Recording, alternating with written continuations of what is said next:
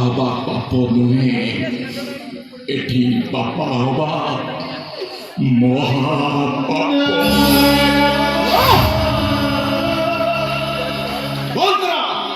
ତମ ମାନଙ୍କର ଲୁହ ଦେଖି ତରଳି ଯିବା ପୁଅ ଏ ଲରେନ୍ସ ନୁହେଁ। ଶୁଣ, ମୋ ଘରେ ରହିବାକୁ ହେଲେ ମୋ ସ୍ତ୍ରୀର ଇଚ୍ଛା ଅନୁଯାୟୀ ଚାଲିବାକୁ ପଡ଼ିବ। ଆଉ ମୋ କଥା ଉପରେ କଥା କୁହ କେବେ ସାହସ କରିବନି। ଆଉ ତା ନହେଲେ ଭୋକ ଲାଗିଲେ ଯୋଉ ଡାଣ ହାତଟା ପାଟିକି ଚାଲି ଯାଉଛି ସେତକ ବି ବନ୍ଦ କରିଦେବି।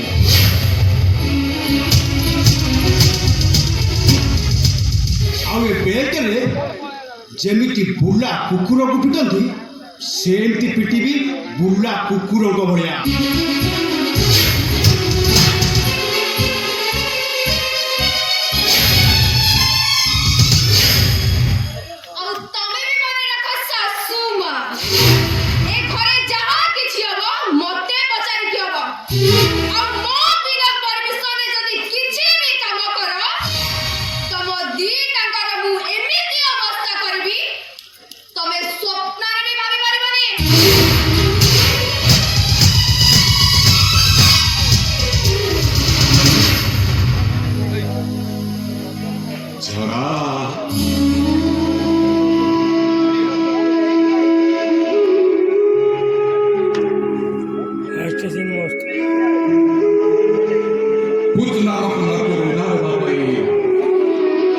ଜନ୍ମ କରିଥିଲେ, ହେଲେ ସେ ପୁଅ ଆଜି ଉଚିତ ପୁରସ୍କାର ଦେଇଗଲା।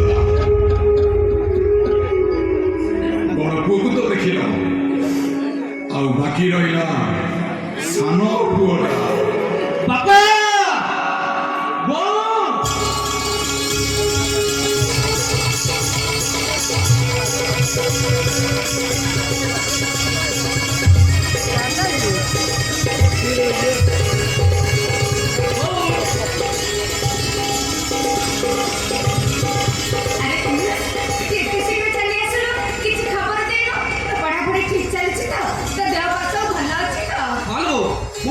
ঠিক ଅଛି।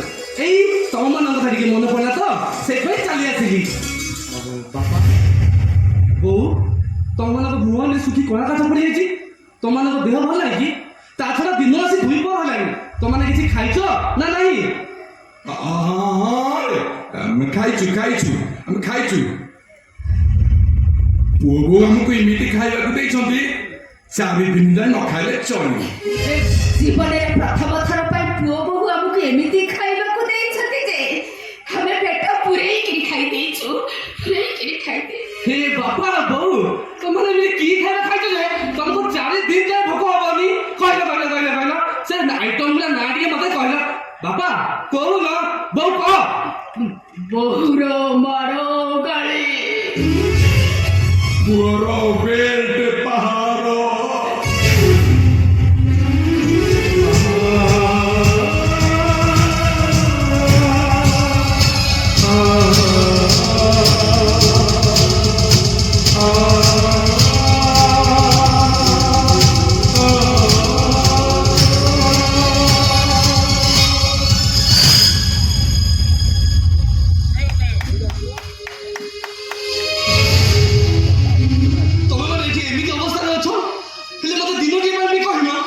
ঠিক ଅଛି। ମୁଁ ଆଜି ଆସିଗଲି ମାନେ ନିଶ୍ଚୟ ଗୋଟେ ପଇସା ହେଇଯିବ। ଭାଇ ଭାଉଜ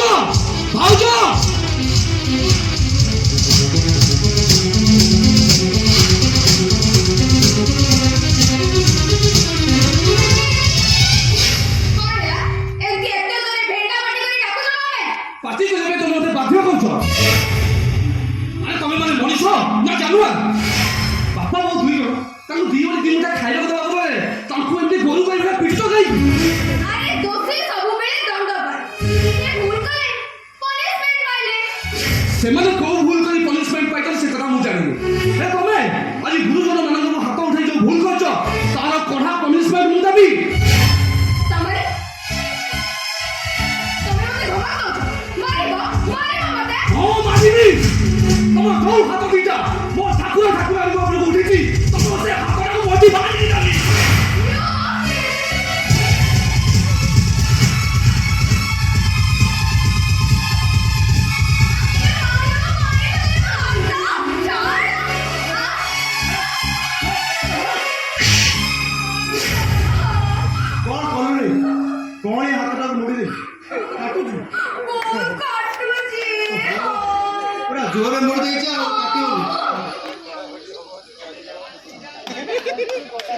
କୁଡ଼ା ଗାର ତା ଗୋଟିଏ ବୋଲି ସ୍ତ୍ରୀ ତାପରେ ତ ହାତ ଉଠେଇଲେନି କାଟୁଛି ନା ଜୋରରେ ମୋଡ଼ି ଦେଇଛି ଆଉ ପୁରା ବଳ ତା ମୋଡ଼ି ଦେଇଛି ଆଉ କାଟିବନି ଓ କେତେ ଜୋରରେ ମୋଡ଼ି ଦେଇଛି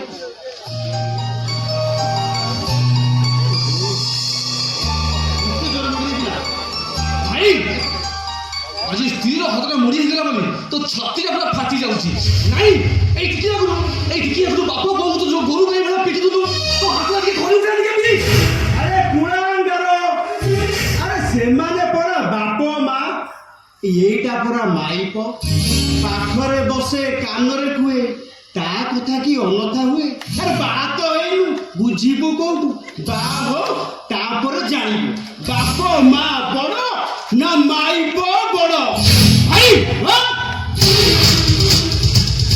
ମୁଁ ଆଜି ମୋ ସ୍ତ୍ରୀ ଉପରୁ ହାତ ଉଠେଇଛୁ ମାନେ ମୁଁ ଆଜି ତୋର ହାତଟାକୁ ପୁରା ହାଣିଦେବି ମତେ ବି ହାଣି ଆସେ ଭାଇ ମତେ ବି ହାଣି ଆସେ ତୁ ଭୁଲି ଯାଆନି ତୁ ଯୋଉ ମା ପେଟରୁ ଜନ୍ମ ହେଇଛୁ ମୁଁ ବି ସେଇ ମା ପେଟରୁ ଜନ୍ମ ହେଇଛି ତୋ ଦେହରେ ଯୋଉ ବାପାଙ୍କ ରକ୍ତ ବହୁଛି ମୋ ଦେହରେ ବି ସେଇ ବାପାଙ୍କ ରକ୍ତ ବହୁଛି ହେଲା ତାର ଠିକ ଅଛି ଏଠି ଆଜି ଜଣା ପଡିଯିବ କାହାର ତାକତଟା କେତେ କା ମୁଣ୍ଡଟା ଏଠି ଆଗେ ବଢୁଛି ତୋର ନା ମୋର ଠିକ ଅଛି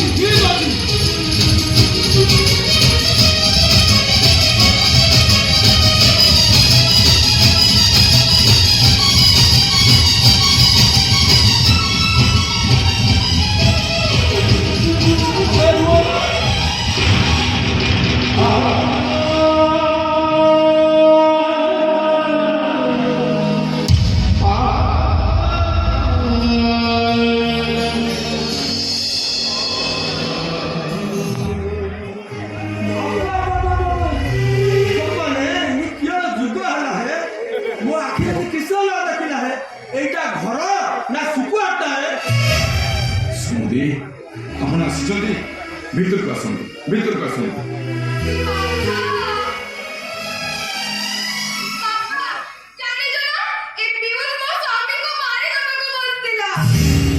ସମତି ଗାର ମୋ ମାଇ ପିଲାଟାକୁ ତମ ଘର ବାହାରେ ଦେଖି ରାଣ୍ଡ କରିବା ପାଇଁ କାହିଁ ସୁମତି ଆପଣ କଥାଟାକୁ ଅଲଗା ଅର୍ଥରେ ନେଉଛନ୍ତି ଏ କଥା କଣ କି ମୁଁ କଣ କହୁଥିଲି କି ଥାଉ ହେ ତୁମେ ମତେ କିଅଟା କହିବ ହେ ମୋର ମାଇ ପିଲାଟା ମତେ ଫୋନରେ ସବୁ କଥା କହିସାରିଛି କହିଲେ ତମ ତିନି ଜଣ ମିଶି ମୋର ମାଇ ପିଲାଟାକୁ ନିର୍ଯାତନା ଦଉଛ ଆଉ ମୋର ଜମାଇକାରୁ ପ୍ରତିବାଦ କରିବାରୁ ତୁମେ ତାକୁ ମାରିଦେବାକୁ ବସିଛ ହେ ନା ତମକୁ ତିନି ଜଣକୁ ଆଉ ଛାଡ଼ିବାର ନାହିଁ ମୁଁ ରାମାସ୍ୱାମୀ ପାଣ୍ଡାକା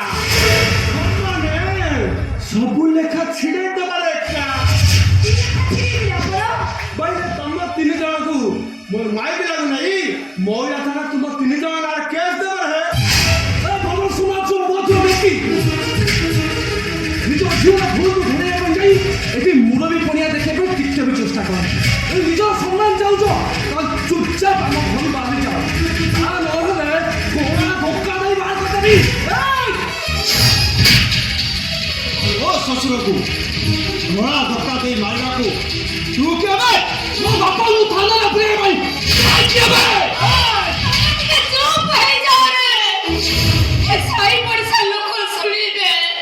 ଶୁଣନ୍ତୁ ଯାଆନ୍ତୁ ଏ ସାହି ପଡ଼ିଶା ଲୋକ ଏ ଘରର ବଡ଼ ପୁଅ ବାପା ମାଙ୍କ ପ୍ରତି କେମିତି ଅନ୍ୟାୟ କରୁଛି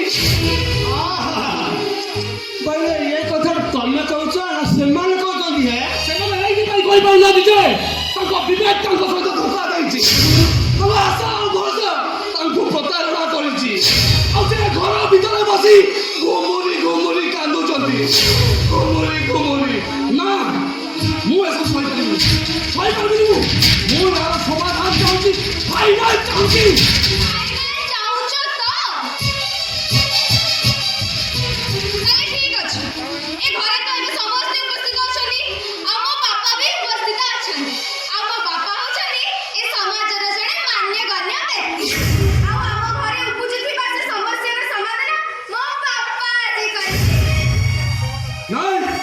ମୁଁ ସେ ସମାଧାନକୁ ମାନି ନେଇପାରିବିନି କାରଣ ସେ ସମାଧାନ ସବୁବେଳେ ତମ ସପୋର୍ଟରେ ଯିବ ତତେ ମାନିବାକୁ ପଡ଼ିବ ରେ ତତେ ମାନିବାକୁ ପଡ଼ିବ ଏ ଘରେ ଉଠୁଥିବା ଅଶାନ୍ତିର ଝଡ଼କୁ ଶାନ୍ତ କରିବା ପାଇଁ ମୁଁ ସମୁଦି ଯାହା ନିଷ୍ପତ୍ତି ନେବେ ତାକୁ ଆମେ ସମସ୍ତେ ମାନି ନେବା। ସମୁଦି ଏ ଘରେ ଉଠୁଥିବା ଅଶାନ୍ତିର ଝଡ଼କୁ ଶାନ୍ତି କରିବା ପାଇଁ ଏ ଘରର ଗୁରୁ ଦାୟିତ୍ୱ ମୁଁ ଆପଣଙ୍କୁ ଦେଲି। ଆପଣ ସୁଚିନ୍ତିତ ମତରେ ଯାହା ନିଷ୍ପତ୍ତି ନେବେ ଆମେ ସମସ୍ତେ ମାନି ନେବେ ତାକୁ। ये समझ गारू इंतिया दायित्व मत किस में दौछ ताछड़ा तुम घर सब लोग मो निष्पत्ति के मान नेबे कि ଅଳ୍ପ ତ ମାନିବେ। ଆଜ ଆମ ପାଖରେ ଅନ୍ୟ ଉପାୟ କିଛି ନାହିଁ। ଆପଣଙ୍କ ବିଚାରରେ ପରିବାର ମଙ୍ଗଳ ନିର୍ଭର କରୁଛି। ଆପଣ ଯାହା ନିଷ୍ପତ୍ତି ନେବା କଥା ନିଅନ୍ତୁ। କଣ ନିଷ୍ପତ୍ତି ନେବେ ନିଅନ୍ତୁ। समुदी हलावर एते करी कहउछन माने आ कि मना करिबा कि सब माने एथि विचारटा करि देवर है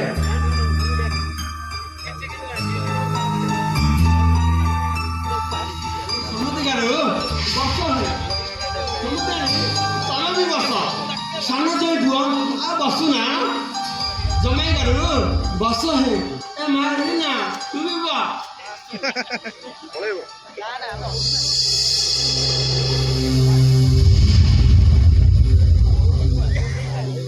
ମୁଁ ରାମାସ୍ୱାମୀ ପାଣ୍ଡକା ସମ୍ମାନେ ସବୁ ଲୋକ ଛିଡ଼େଇ ଦେବାରେ ଏକା ଏ ଘରର ମଙ୍ଗଳ ପାଇଁ ମୁଁ କିଏ କହୁଛି ବେଲେ ଇଏ ସମତିକାରୁ ତମେ ଗୋଟାଏ ନୁହେଁ ଯୋଡ଼ାଏ ପର୍ଯ୍ୟନ୍ତ କରିଛ ସେଥିପାଇଁ ଏ ଘରଟା ସମାନେ ଭାଗବତ ହବ ଆଉ ଯେହେତୁ ମୋର ଜମେଦାରୁ ଘରର ବଡ଼ ପୁଅ ଭିତର ଘରଟା ତାର ଆଉ ବାହାର ଘରଟା ତାର এটা সরিলা ঘরর ভাগ বন্টা এবে সমুদায় তুমি দুই জনক ভাগ বন্টা হেবা এ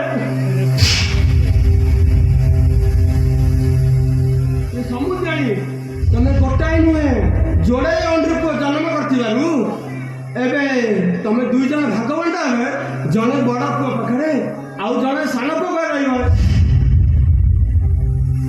তুমি দুই জন किए का पाखरे गो सम्मान से बिचारा तुम्हें क्या करो है एटा होची मोर फाइनल निष्पत्ति एटा कुआ मोर विचारटा तुमको केमती लागला है আপা বহুত ভাল লাগে। ତମ ନିଷ୍ପତ୍ତିରେ ମୁଁ ପୁରା ଶାନ୍ତି। ଆଉ ଏଥରକ ମୁଁ ପୁରା ନିଶ୍ୱାସ ମାରିବି। ଆଉ ବାପା ଶୁଣିଲ ଆରେ ଶୁଣ ତମେ ତ ଏତେ ବାଟରୁ ଆସିଲଣି ତମ ପାଇଁ ମୁଁ ଗରମା ଗରମ ଚାହା ବନେଇଦେବି। ତମେ ଭିତରକୁ ଆସ ମୁଁ ଚାହା ରେଡି କରିଛି। सुनबा सम्माने अदा टिके गोला माछ टिके पकई कड्ढा चाट बनाना चल तू चाल में जाओ चल ତମେ ଆସ। समझी गारे एबे चाहटा तमे कोउ कथु पीबो समान से विचारटा शीघ्र कर है मु आसुची काहे कि ना मो ना रामास्वामी पांडका सम्माने सबु लेख